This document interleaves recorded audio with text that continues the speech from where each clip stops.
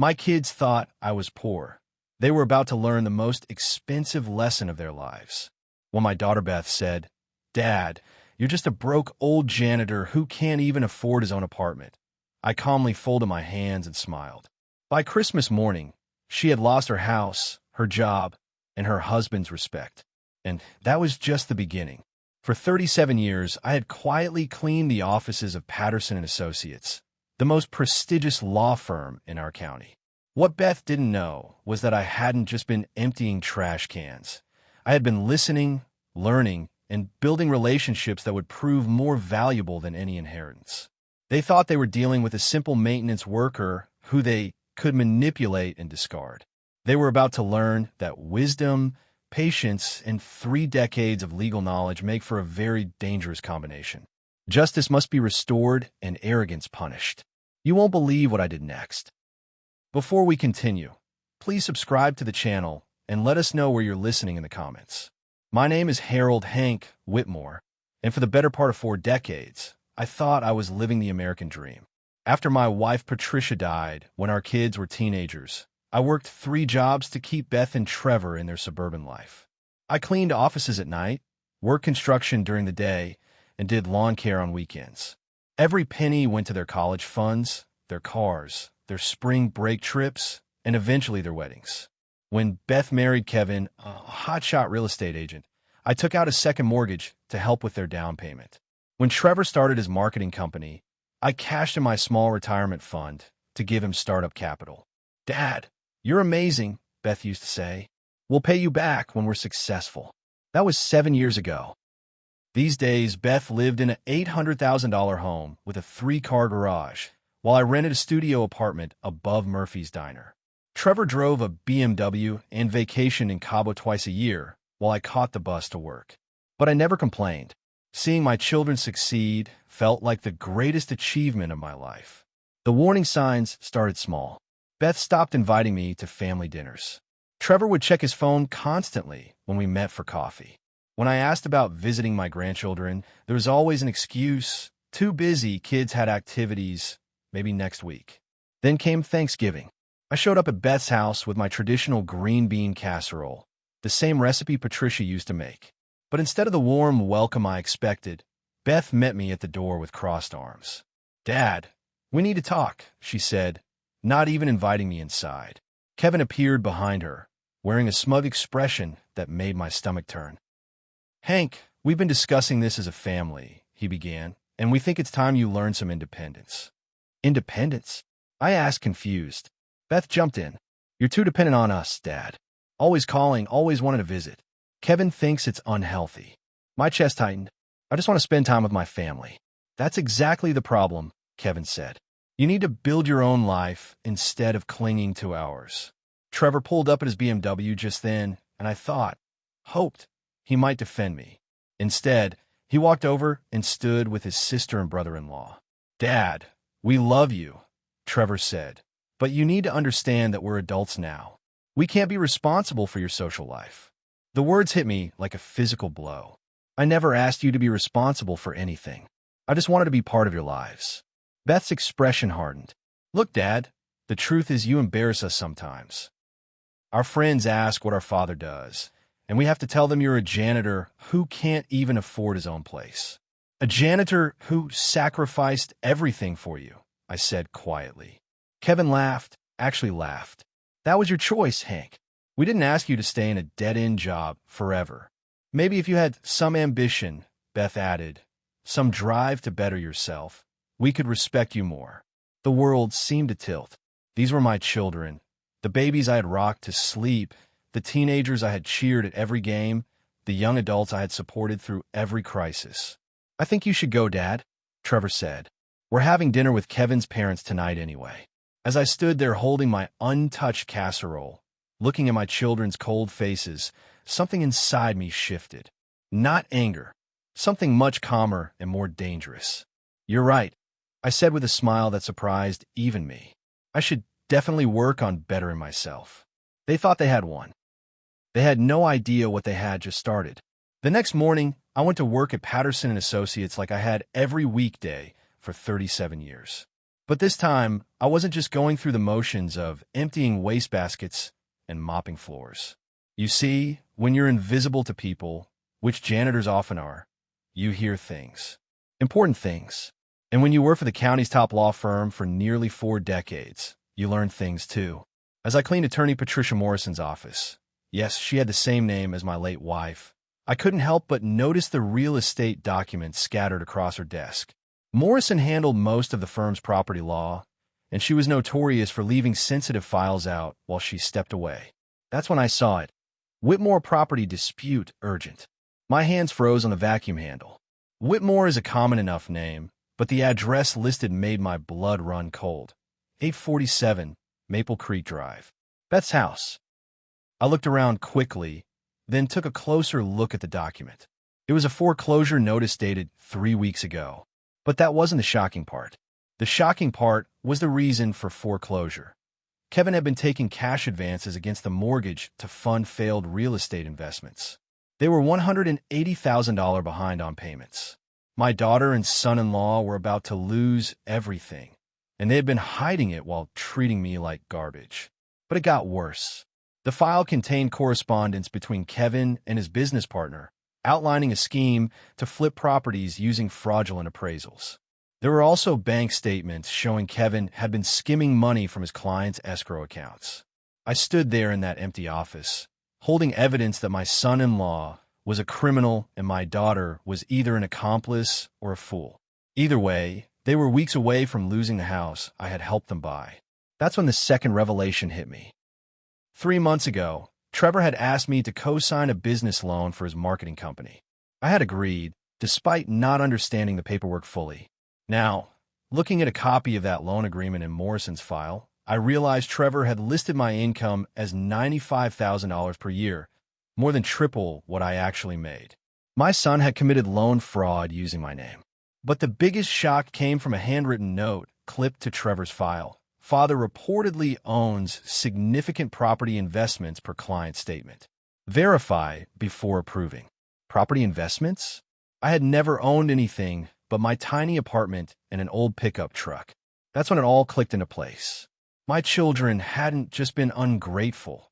They had been lying about me to cover their own financial crimes. And now their lies were about to destroy their lives.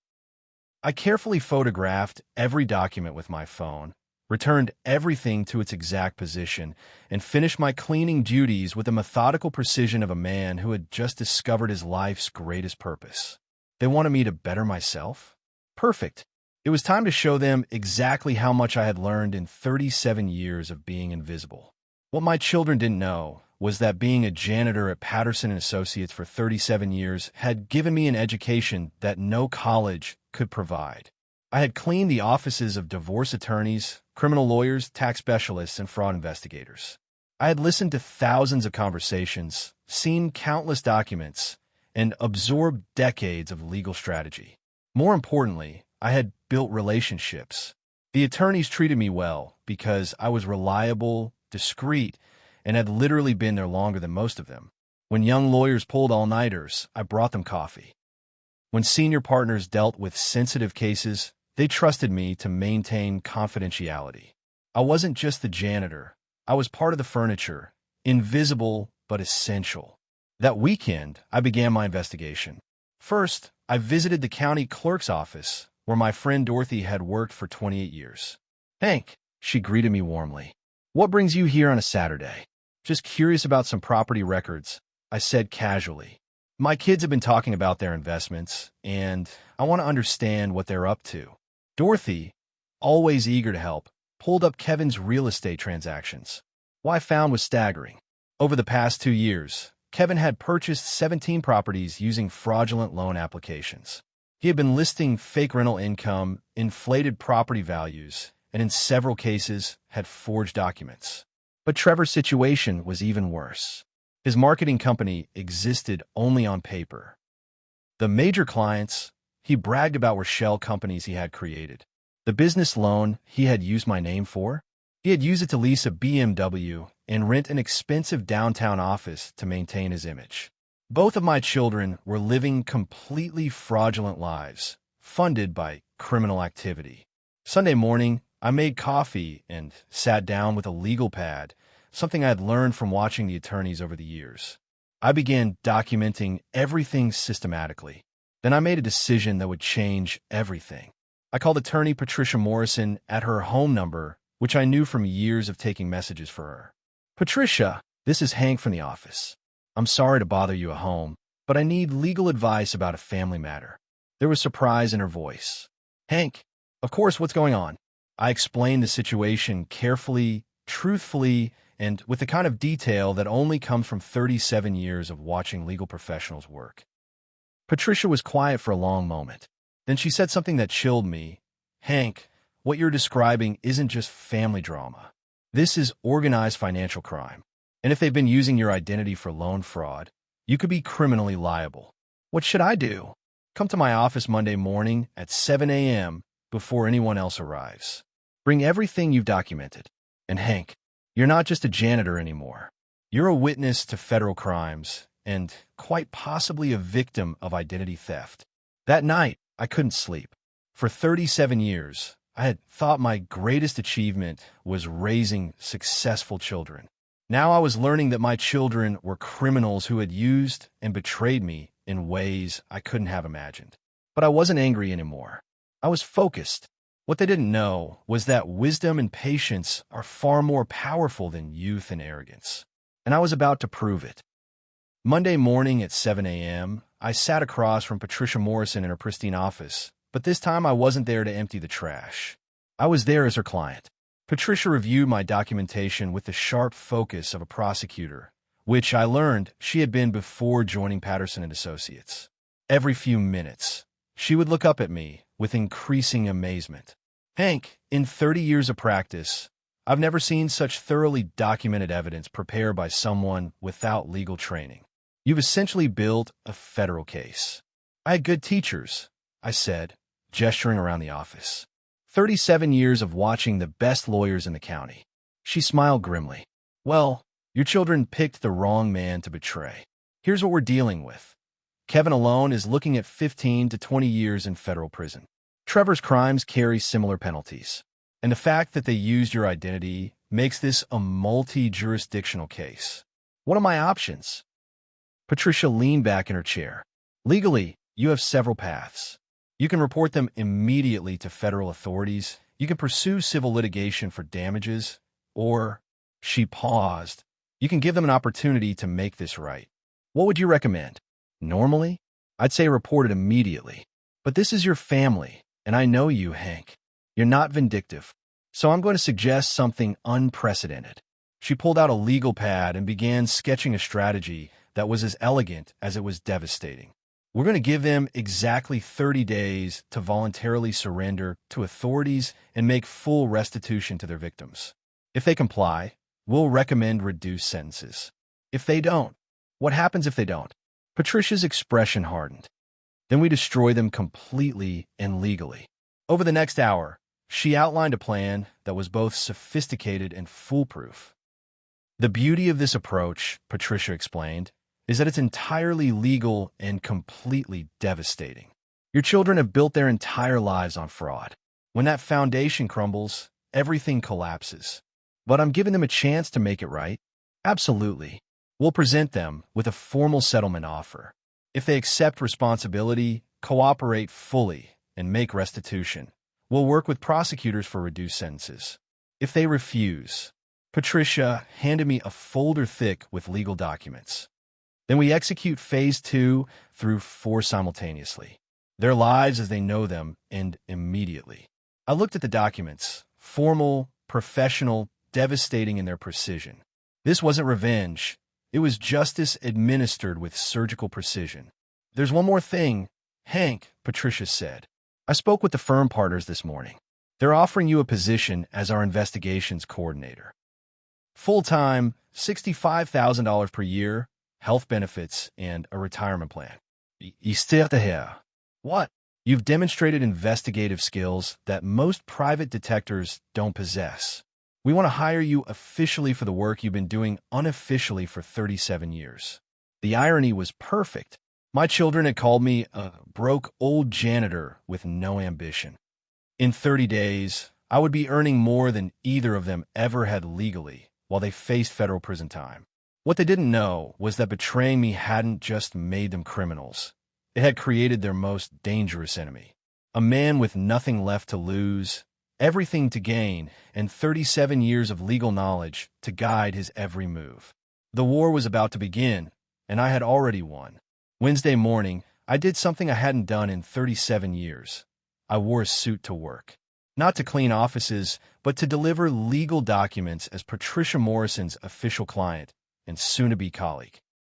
My first stop was Kevin's real estate office, where I found him in his expensive suit, leaning back in his leather chair, feet up on his mahogany desk. The same man who had told me I embarrassed my family was about to learn what real embarrassment looked like. "Kevin," I said, walking into his office without knocking. He looked up, startled. "Hank, what are you doing here? And why are you dressed like that?"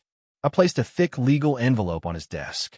"I'm serving you with formal notice of criminal fraud charges and a civil lawsuit for identity theft, wire fraud, and embezzlement." The color drained from his face. "What are you talking about?"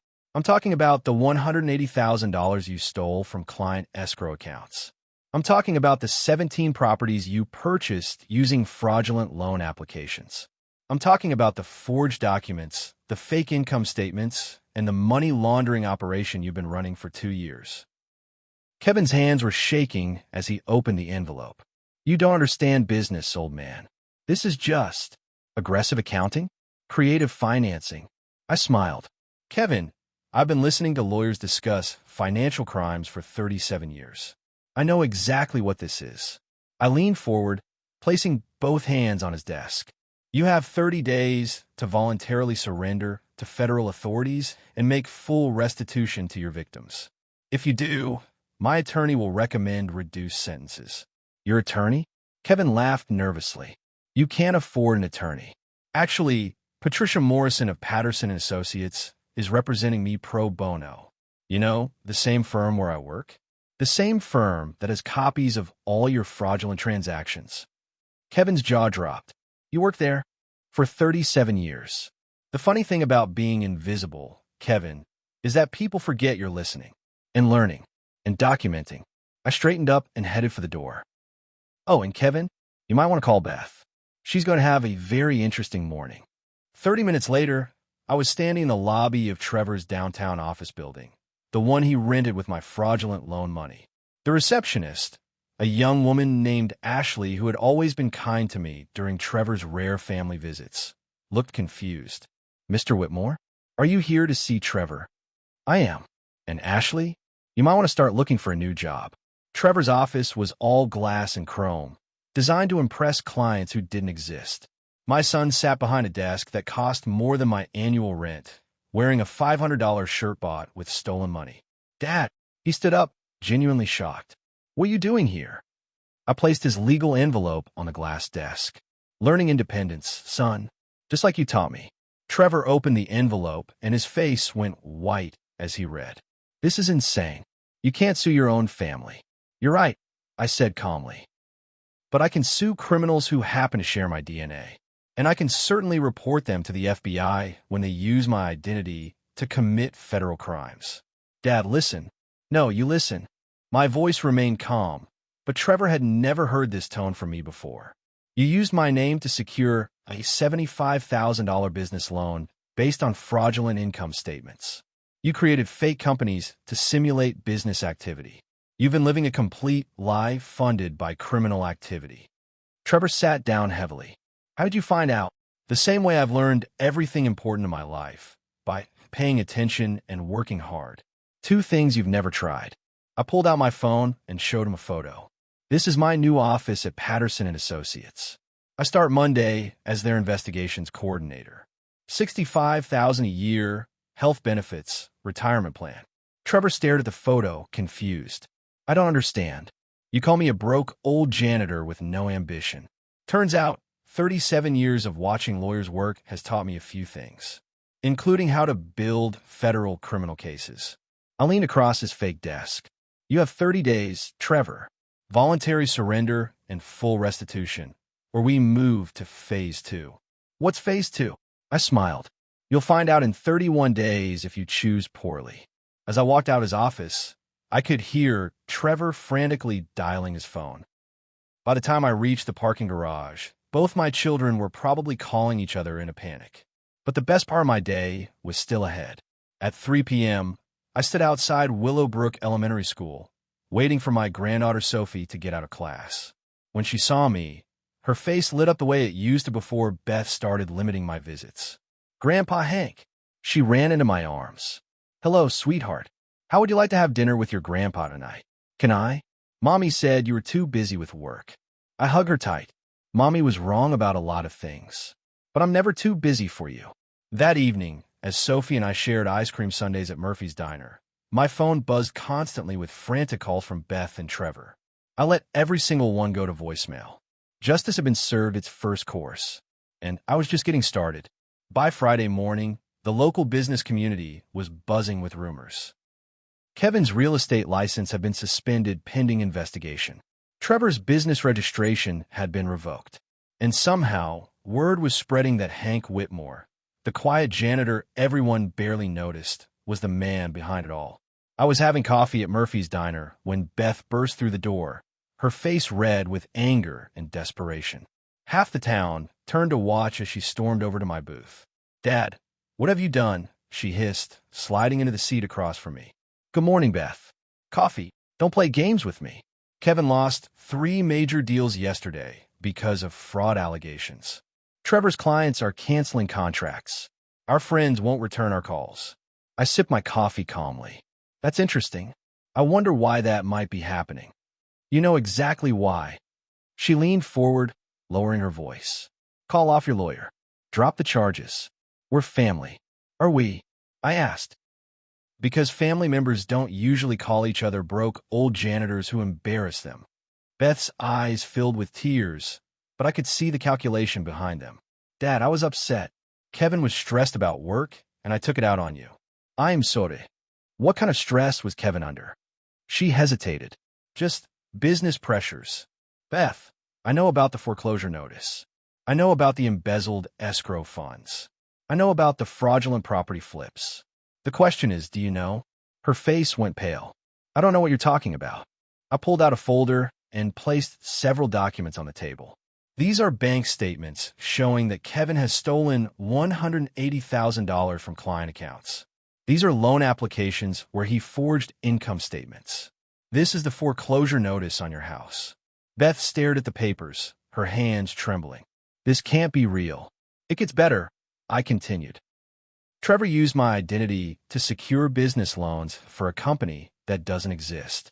He's been living off fraudulent credit for 2 years. Dad, even if this is true, they're your children. Family protects family." I looked at my daughter, really looked at her, and saw a stranger. "Where was that family loyalty when you told me I embarrassed you? Where was family protection when Kevin laughed at me for being a janitor?" "We were wrong, but nothing, Beth. You made a choice. You chose Kevin's opinion over your father's feelings. You chose your image over our relationship. You chose to be embarrassed by the man who sacrificed everything for you." I gathered up the documents. "Now I'm making a choice. I'm choosing to let justice take its course." "What does that mean?" "It means your husband is going to federal prison. It means you're going to lose your house. It means Trevor's fake business empire is going to collapse. And it means the whole community is going to know that the people who treated Hank Whitmore like garbage were nothing but criminals and frauds." Beth started crying, real tears this time. "Dad, please. We have children. Sophie doesn't deserve this." That hit me where it hurt, and Beth knew it. But I was ready for this argument. "You're right. Sophie doesn't deserve any of this, which is why I'm prepared to make you an offer." Hope flickered in her eyes. "What kind of offer?" "Your husband pleads guilty to all charges and serves his time. You cooperate fully with authorities and testify against Kevin if necessary. Trevor does the same. In exchange, I'll use my influence to get you all reduced sentences, and I'll make sure Sophie is taken care of while you rebuild your lives legally." "And if we refuse?" I smiled coldly. "Then by Monday morning, every person in this town will know exactly what kind of people Kevin and Trevor really are. The newspaper will publish their mugshots. Their former clients will sue them into oblivion. And Sophie will grow up knowing her parents were criminals who chose greed over integrity. Beth sat in stunned silence for a long moment. You've changed, Dad. No, bit. I finally stopped pretending that being kind means being weak. Your mother taught me to be patient and forgiving, but she also taught me to stand up for what's right. I stood up and put on my coat. You have until Sunday night to decide. After that, Phase 3 begins, and believe me, you don't want to see Phase 3. As I walked out of the diner, I could feel the entire restaurant watching. By sunset, the whole town would know that Hank Whitmore wasn't the pushover his children thought he was. The game was nearly over, and they were finally learning the rules. Sunday evening came and went without a word from Beth or Trevor. Monday morning, Patricia Morrison and I walked into the FBI field office in the county seat, carrying 6 bankers' boxes of evidence. Special Agent Collins, a sharp woman in her 40s, reviewed our documentation with a kind of focused intensity that told me we had built an airtight case. Mr. Whitmore, Agent Collins said after 2 hours, in 20 years of financial crimes investigation, I've rarely seen such thorough documentation. You've essentially done our job for us. I had good teachers, I replied, glancing at Patricia. Agent Collins smiled. Well, your children picked the wrong father to cross. We'll have arrest warrants by Wednesday. But I wasn't done yet. Tuesday morning, the local newspaper, the County Herald, published a front-page story titled Local Real Estate Agent Under Federal Investigation. The article, based entirely on public records and court filings, detailed Kevin's fraudulent schemes without mentioning me by name. By noon, Kevin's remaining clients had canceled their contracts. His real estate office was closed by the state licensing board. His business partner had filed a lawsuit claiming Kevin had defrauded him as well. Trevor's situation was even worse. The IRS had frozen his bank accounts pending a tax evasion investigation. His office building had evicted him for unpaid rent. His BMW had been repossessed. But the real damage was social. In a small town, reputation is everything. When word spread that Kevin and Trevor were under federal investigation, their entire social network collapsed overnight. Country club memberships were revoked. Church committees asked them to step down. Their children's friends' parents stopped returning calls about playdates. Beth called me Tuesday night, sobbing. Dad, please. Kevin lost everything. Trevor can't even get a job bagging groceries. The kids at school are asking Sophie why her daddy is a criminal. Then you should have taken my offer, I said simply. We won't take it now. Too late. The FBI has the case now. But there's still time to minimize the damage. Ow! Voluntary surrender. Full cooperation. Complete honesty about everything they've done. And public apologies to everyone they've hurt. Wednesday morning, Kevin and Trevor were arrested at their homes in coordinated FBI raids. The local news covered both arrests, complete with footage of my son and son-in-law being led away in handcuffs. But the story took an unexpected turn when the reporter interviewed me at Patterson & Associates. Mr. Whitmore, sources tell us you're the one who uncovered this fraud. How does it feel to be responsible for your own family's arrests?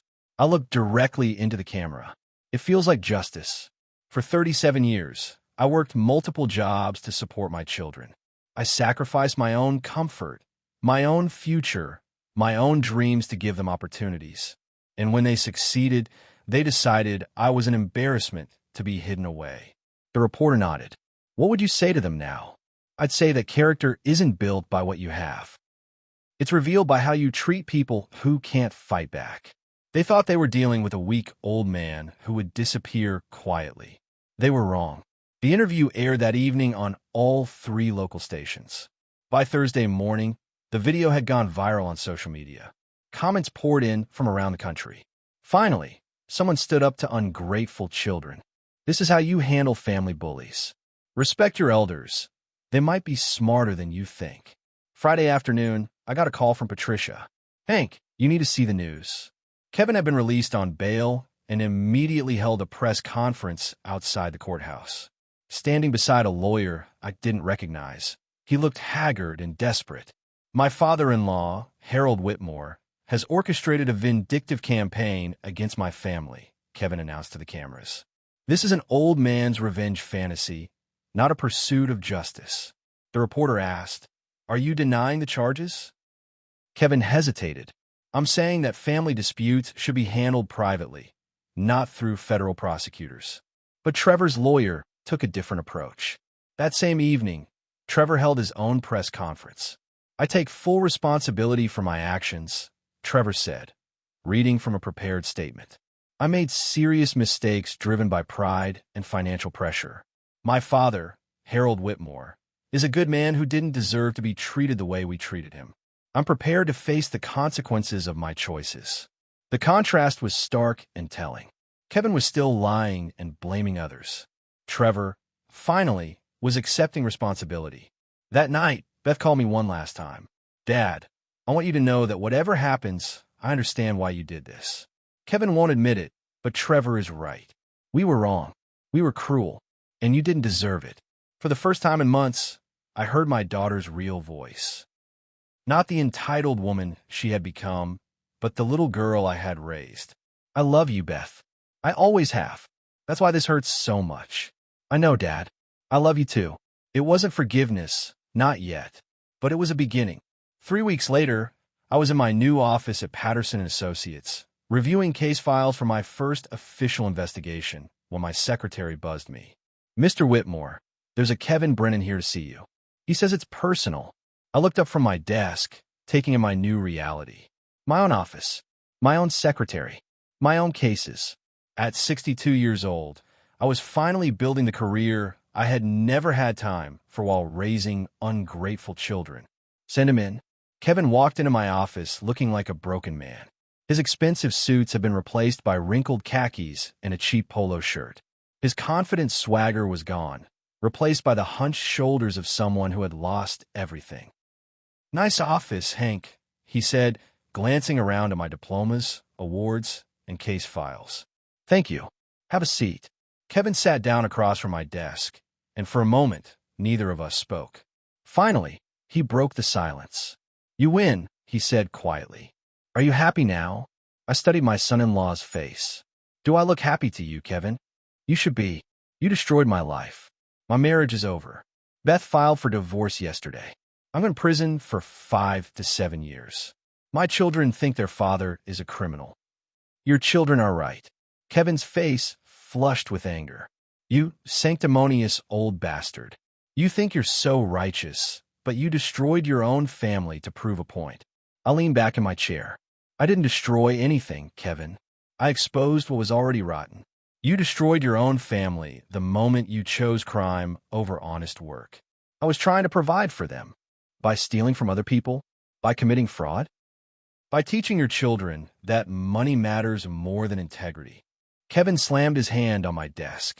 You don't understand the pressure I was under. The lifestyle Beth expected. The image we had to maintain. Whose fault was that? Society's? The economy's? Anyone but yours, you judgmental old. I held up my hand. Stop. Just stop. I stood up and walked to my window, looking out at the town where I had lived my entire life. Kevin, do you want to know what I understand? I understand working 3 jobs to pay for your children's education. I understand wearing the same clothes for years so your kids can have new ones. I understand choosing between your own needs and your family's wants, and always choosing family. I turned back to face him. What I don't understand is how someone can receive that kind of sacrifice and respond with contempt.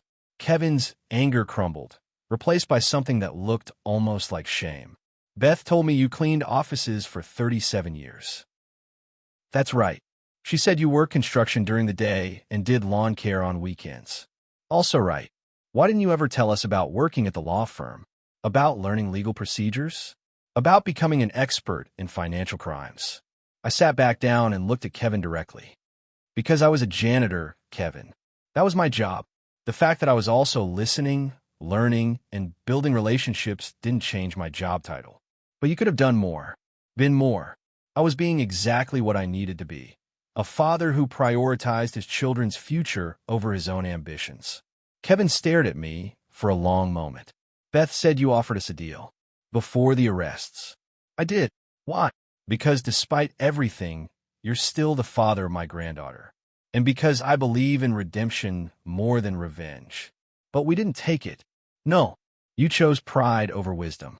Again, Kevin stood up and walked to the door, then turned back. For what it's worth, Hank, I know I was wrong about you. You're not a weak old man. You're probably the strongest person I've ever met. Strength isn't about winning, Kevin. It's about enduring and protecting what matters. What happens now? I open the case file on my desk. A new investigation, a new challenge, a new purpose. Now, I do my job. You serve your time. And maybe, if you're lucky, you learn something about who you really want to be. Kevin nodded slowly. Will you take care of Sophie while Beth and I figure this out? For the first time in months, I smiled genuinely. Kevin, I've been trying to take care of Sophie her whole life. The difference is, now nobody's going to stop me. After Kevin left, I sat alone in my office, looking at the framed photo on my desk, Patricia and me at our wedding, young and full of dreams we thought we understood. I had won, but it didn't feel like victory. It felt like survival. My children had learned the most expensive lesson of their lives, that love and respect can't be taken for granted, that character matters more than appearances, and that the people you dismiss as unimportant might just be the most dangerous enemies you'll ever make. But the real lesson wasn't for them. It was for me. I had spent 62 years defining myself by other people's needs and expectations. For the first time in my life, I was defining myself by my own choices and capabilities, and that finally felt like freedom.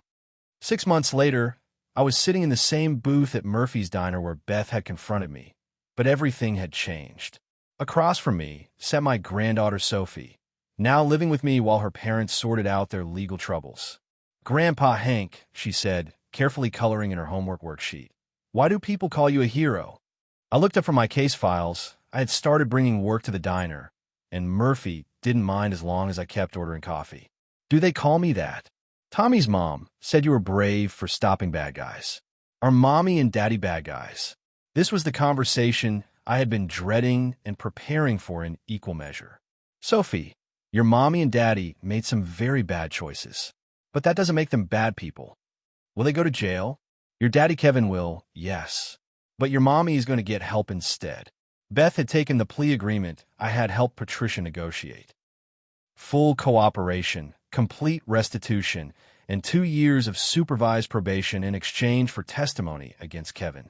She was working 2 jobs now, one at a dental office, one at a grocery store, living in a small apartment and slowly rebuilding her life.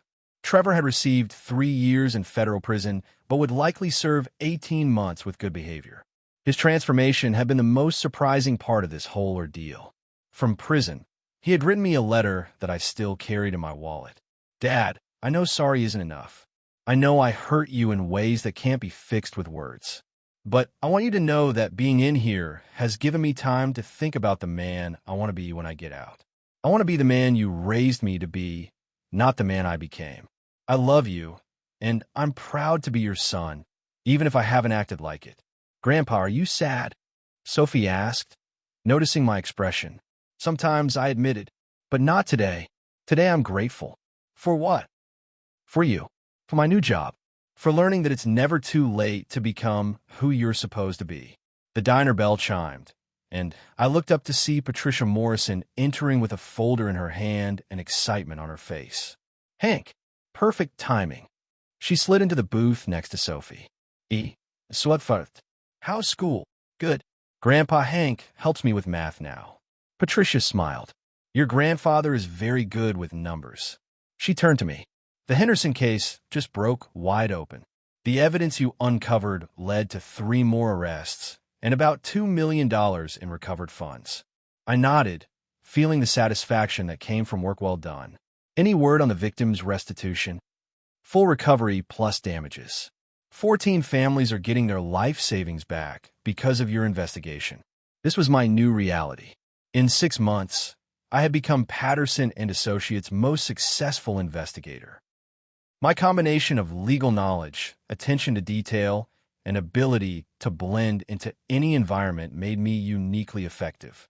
I was earning more money than I had ever imagined, but more importantly, I was using my skills to help people who had been victimized the way I had been. There's something else, Patricia continued. The State Bar Association wants to give you their Community Service Award. The ceremony is next month. Sophie looked up from her coloring. What's that? It means your grandfather is being recognized for helping people, Patricia explained. Cool. Can I come? Of course you can, I said, ruffling her hair. We'll get you a fancy dress. After Patricia left, Sophie and I finished our homework and headed home to my new apartment, a 2-bedroom place with a yard where Sophie could play. Not luxurious, but comfortable and honest.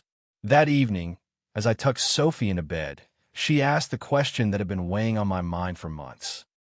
Grandpa, do you think Mommy and Daddy will ever forgive you? I considered the question carefully. I think forgiveness is something we have to give ourselves, sweetheart. I forgave your Mommy and Daddy a long time ago. The question is whether they can forgive themselves. Do you forgive yourself? Out of the mouths of babes. I'm working on it. For what? For taking so long to stand up for myself. For letting people treat me badly for so many years. For not recognizing my own worth. Sophie thought about this seriously. But if you hadn't done that, you wouldn't have learned all the stuff that helped you catch the bad guys. I stared at my granddaughter, amazed by her wisdom. You're absolutely right. So maybe everything happened the way it was supposed to. Maybe it had. 3 weeks later, Beth came to visit. She looked tired but healthier somehow, more real than she had in years. We sat on my porch while Sophie played in the yard. Dad, I need you to know something, she said without preamble. I'm proud of you. Thank you. Not just for the job or the investigation or any of that. I'm proud that you finally stood up for yourself. I'm proud that you showed Sophie what integrity looks like. I'm proud that when life knocked you down, you got back up stronger. I reached over and took her hand. I'm proud of you too. It takes courage to rebuild your life from scratch. I learned from the best, she said with a smile that reminded me of the little girl who used to help me in the garden. As the sun set over our small town, I reflected on the journey that had brought me here. 6 months ago, I had been Harold Hank Whitmore, the invisible janitor who sacrificed everything for ungrateful children. Today, I was Harold Whitmore, criminal investigator, community hero, and most importantly, Sophie's grandfather. My children had thought they were dealing with a weak old man who would disappear quietly when dismissed. Instead, they had awakened something in me that I didn't even know existed. The knowledge that respect isn't given, it's earned, and that sometimes the people who deserve it most are the last ones to demand it. The most expensive lesson of their lives had cost them their fraudulent prosperity, their false friends, and their inflated egos. But it had given them something more valuable, the opportunity to discover who they really were when everything else was stripped away.